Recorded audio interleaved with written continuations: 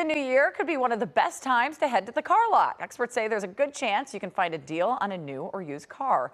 Carl Brower is an executive analyst with iSeeCars.com, and he's joining us live to show us how to find a great price. Thank you so much for being with us this morning. Hey, great being on with you. Okay, so talk about your research here. What are the best times and the worst times to go out and buy a car?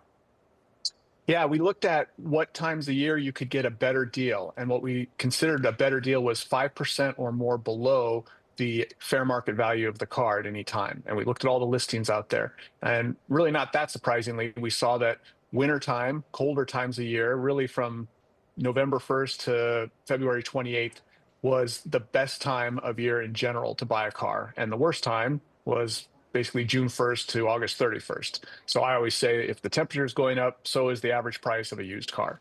And the actual best day was New Year's Eve or New Oh, Year's Day. They kind of tied because it's that end of year, end of month. Dealers are trying to get those cars sold, trying to hit their numbers. And a lot of people are distracted because they're got family in town, they're traveling, they've maybe spent a lot of their money already on holiday gifts. So if you can buy a car really right in that time frame right now, usually dealers are struggling to get people on the lot. it's really interesting. I always had heard that end of year there were better deals because they want to clear off for the next, year. But I didn't think about, some of the timing with other people in town, that kind of thing. They're really, really going after buyers. What are some of the basic things people should know before heading out to the dealership?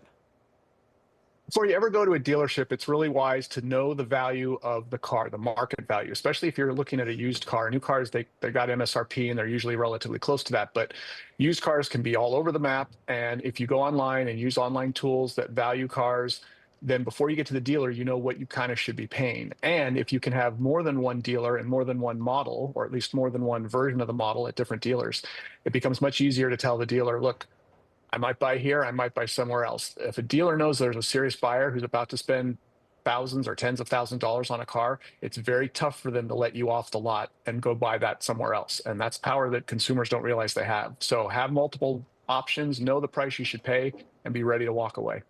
Yeah, you really do have to be ready to walk away. My stepdad used to have me in the middle of negotiating, walk out and call him on the phone. I don't know if that ever did anything, but it seemed like maybe. What are some of the best ways to negotiate so you get the best price?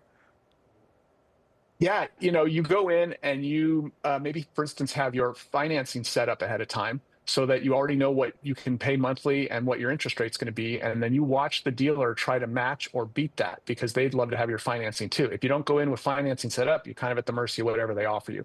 And as far as negotiation, yeah, it's really just knowing what that car should cost, what's a fair price, and being willing to walk away. And I like the distraction from your dad calling you. It just makes them think that they might lose this buyer, and that's exactly what you want them to think. All the little games we play.